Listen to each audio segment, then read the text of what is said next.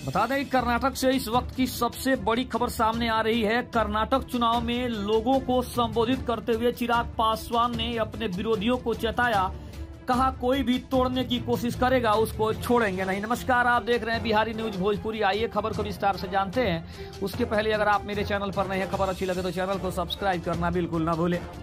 बता दें कर्नाटक चुनाव में चिराग पासवान ने अपने विरोधियों को चेताना शुरू कर दिया है।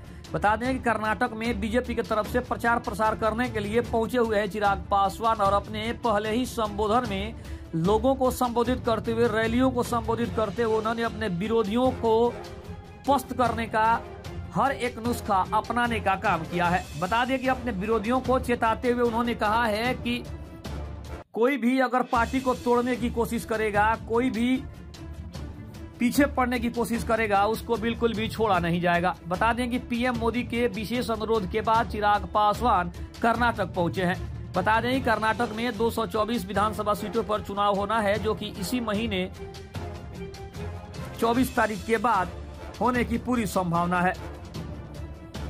बता दें कि चिराग पासवान को के जाने के बाद से बीजेपी के हौसले बुलंद हैं। हालांकि चिराग पासवान के ऊपर पशुपति पारस यानी उनके चाचा को तरजीह देते हुए बीजेपी ने प्रचारक के लिस्ट में शामिल किया था, लेकिन विरोध के स्वर उठने के बाद कहीं न कहीं बीजेपी को अपनी गलती का एहसास हुआ और चिराग पासवान को कर्नाटक भेजने का फैसला किया गया, जिसके बाद कर्नाटक से अब बड़ी खबर आ रही है। चिराग पासवान रोड शो कर रहे हैं और बीजेपी की तरफ से धुआंधार प्रचार प्रसार करने में जुटे हुए हैं। बता दें कि कर्नाटक में भी बीजेपी की हालत उतनी ठीक नहीं है जितनी हुआ करती थी, लेकिन कहीं ना कहीं उनके विरोधियों को ये जरूर सबक मिल रहा है कि चिराग पासवान के जाने के बाद वहां पे अंतर जरूर पड़ने वाला है और उसका फायदा बीजेपी को चारों तरफ से मिलने वाला है। खबर कैसी लगी कमेंट में जरूर बताइएगा। तब तक के लिए धन्यवाद।